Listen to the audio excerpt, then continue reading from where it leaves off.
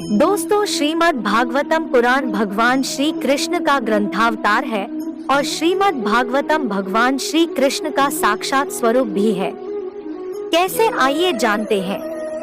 पहले 2 स्कंद भगवान श्री कृष्ण के चरण है, तीसरा और चौथा स्कंद भगवान की जांघें है और 5वां स्कंद भगवान का उदर है।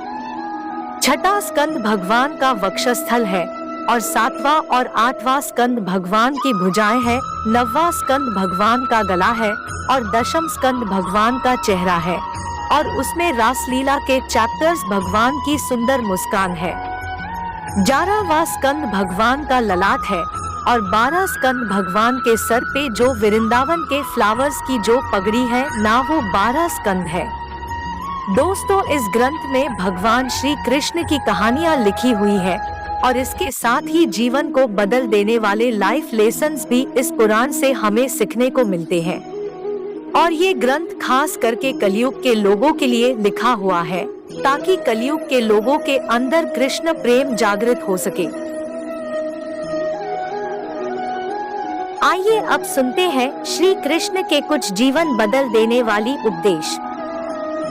इस संसार में कुछ भी स्थायी नहीं है। संतुष्ट मन इस विश्व का सबसे बड़ा धन है।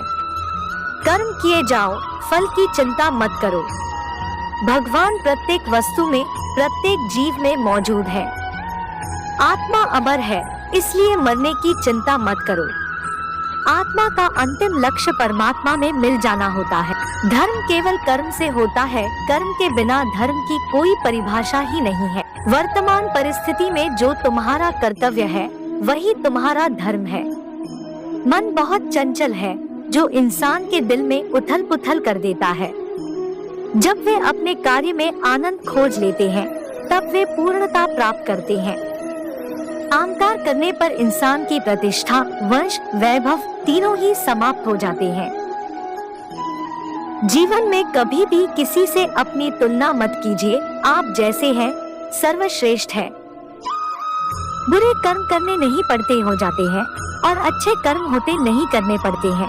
जो अपने मन पर नियंत्रण नहीं रखता वह स्वयं का शनै शनै शत्रु बनता जाता है।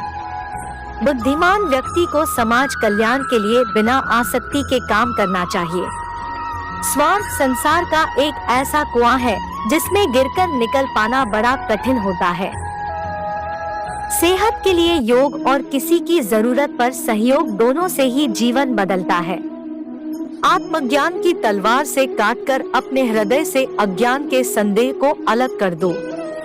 दुष्ट लोग अगर समझाने मात्र से समझ जाते तो यकीन मानो महाभारत कभी ना होता। मनुष्य अपने विश्वास से निर्मित होता है। जैसा वो विश्वास करता है वैसा वो बन जाता है।